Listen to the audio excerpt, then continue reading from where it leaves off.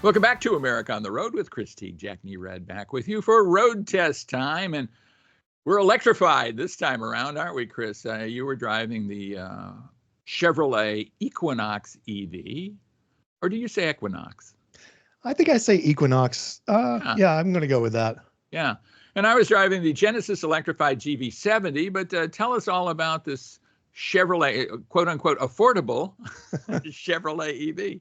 Yeah, Jack, if you recall, and the listeners recall, we talked about this months ago. Chevrolet's promise about the Equinox EV was that it was going to be its first $30,000 electric vehicle. And then there was some shuffling, and well, maybe now it'll be $35,000. But I'm here with a little bit of bad news in that the cheapest model you can configure on Chevrolet's website, and the model that I tested is the 2LT trim, which after options, mine came out to like $45,995. Which includes a $1,400 roundabout destination charge. But Jack, what are your thoughts on this? I mean, we'll get into the range and stuff in just a minute, which I think is probably reasonable for the price. But what do you think? We're $10,000 above where we were promised and $15,000 above where it was a few months before that. Well, talk about taking a page from Tesla, right?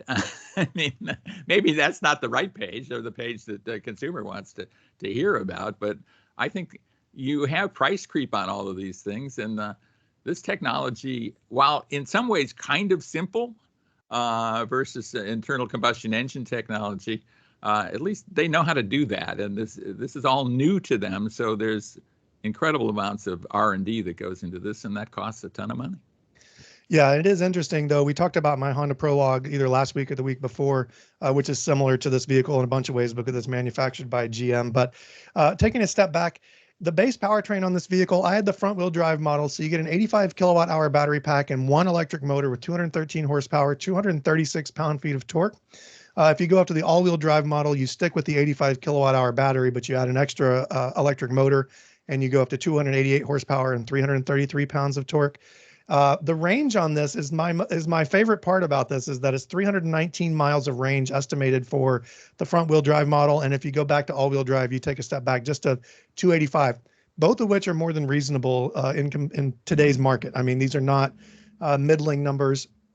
And you also have the ability to plug into a level 3 DC fast charger, and you can reach a full charge in about 40 minutes. So you definitely get quite a bit out of the powertrain of this vehicle. And I will tell you, it's not quick. Just much like our Prologue, it's a very middle of the road driving experience, but it's very smooth. It's pretty refined, and it's cohesive in that there's none of this clanking and clinging that you get from some plug-in hybrids. The braking, the regenerative braking feels smooth.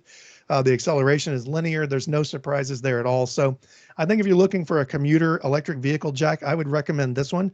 I did want to ask, have you driven the Equinox or Equinox EV yet? I have not. I'm looking forward to that, but General Motors has not given me the chance to do that. But this is a 5-seat EV. So if you're familiar, listeners, to like a Chevrolet Blazer, or even I'm going to use a Honda Passport as an example here, this is a little bit smaller than that, probably closer to like a RAV4 in size if you're used to that sort of thing. But you get 2 rows and 5 seats. Synthetic leather upholstery is standard.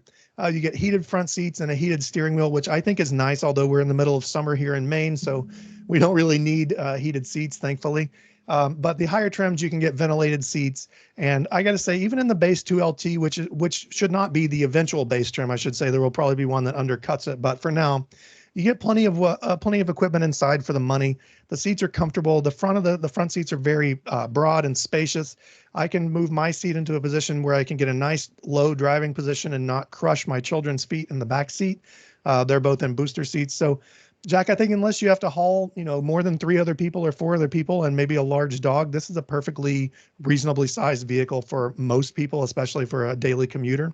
And I really like Chevrolet and General Motors technology. And we've talked about this until we're blue in the face, but it's got a 17.7-inch touchscreen, and you get an 11-inch digital instrument cluster. It's all in one big panel behind the steering wheel. I really like the way that it looks and the way that it's integrated with the dash. You get Google built in, which was we've talked about, brings several features. You get, the Google Play Store features, Google Voice Assistant, and a bunch of others on top of Android Auto and Apple CarPlay, which are wired in this vehicle, not wireless, at least in the trim that I tested. You get multicolor ambient interior lighting, 6 speakers, Bluetooth navigation. So plenty of technology in here, which I think is what they're going for because people expect that from an electric vehicle. Mine also had the optional convenience package, which brought blind spot monitoring and some additional safety equipment here. But Jack, I can complain about the price. $46,000 is pretty steep for an entry-level Chevrolet SUV, but I think the range is right. You got plenty of features inside. It's comfortable. It looks nice. So I don't know. I might be swayed into paying that amount for an Equinox EV, but I wish that they'd get their act together and release the real base model that we were promised. Yeah, I'll tell you, in terms of the competitive market, that's a pretty darn good price. But that just shows you how elevated the prices are for EVs generally. But I think there's value there. And I think they're probably hitting the right notes. I don't know that these vehicles have to be 3.5 seconds 0 to 60 type vehicles. I think range is more important. But I'm really going to be curious, Chris, as you're driving your Honda Prologue day to day, what range means to you and what it doesn't. I mean, how much range do you need? I'm going to be really curious to see what your real world experience is there. So yeah, real quick, part of the deciding factor for us was my wife's very short commute. She drives less than 5 miles round trip every day. We have a charger being installed here at home next week. So, we're taking the steps to make this a usable daily vehicle. But if we had a commute, an hour a day or so, I might have rethought that decision.